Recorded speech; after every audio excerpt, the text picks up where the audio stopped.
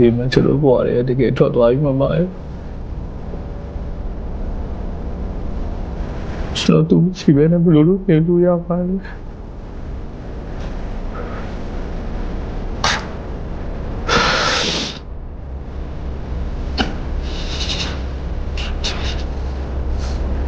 အမလည်းစိတ်မကောင်းပါအောင်မောင်လေးရဲ့ကိုယ်စိတ်ကိုဖြေပါကွယ်နော်ငါကြရင်ဟိမအတူပါကိစ္စလောက်အောင်မှာဆိုတော့မောင်လေးနားလိုက်နော်